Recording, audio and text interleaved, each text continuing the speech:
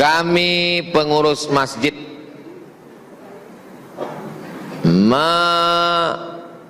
pembangunan usaha gudang sarang walet dijadikan usaha masjid, dan pembangunan tersebut diambil dari donatur dan impak masyarakat yang sudah disepakati dan dimusyawarahkan bersama. Apa hukumnya hasil penjualan sarang walet? Kita manfaatkan hasil penjualannya untuk pendanaan kegiatan masjid, membayar gaji imam, penjaga masjid. Masjid punya badan usaha, usahanya sarang walet. Apa hukumnya duit walet ini, halal apa haram? Yang mengatakan duit hasil sarang walet itu haram karena kata dia sarang walet, air liur walet itu bercampur sama ciri walet. Tuh nanti kalau ada ustadz berceramah mengatakan haram sarang walet. Kenapa? Karena bercampur dengan tai walet. Ini kelompok pertama.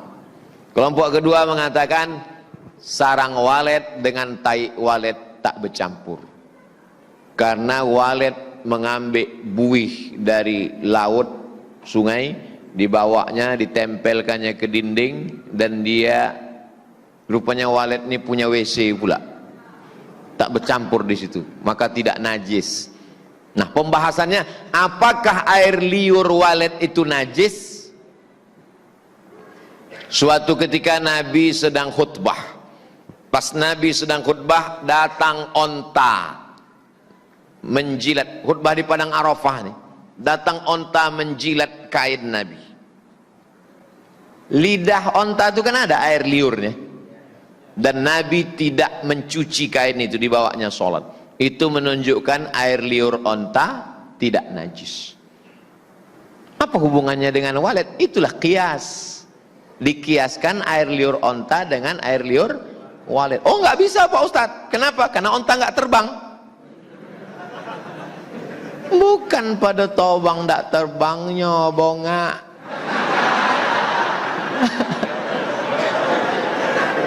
Tapi pada masalah dagingnya halal apa tak halal.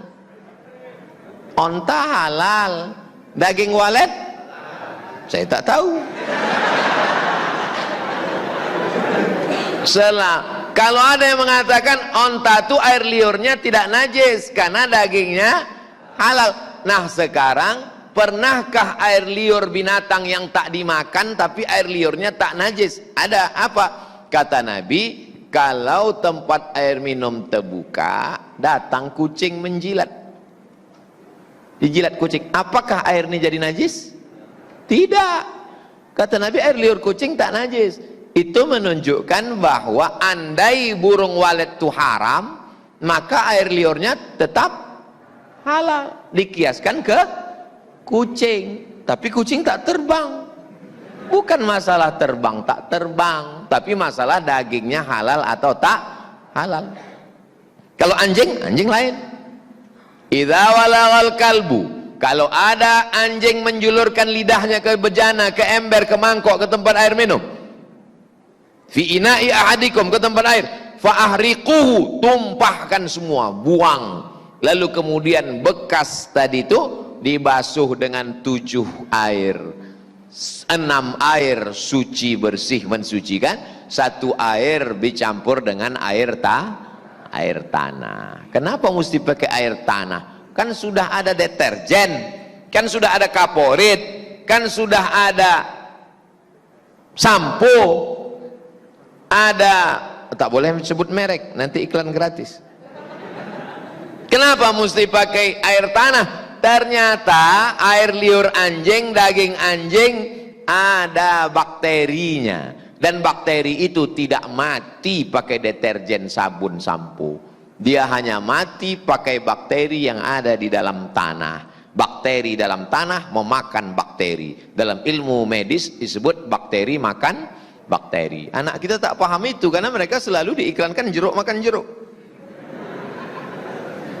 Gimana tentang masalah sarang walet? Jelas? Jelas itu. Kalau tak jelas, ulang sekali lagi.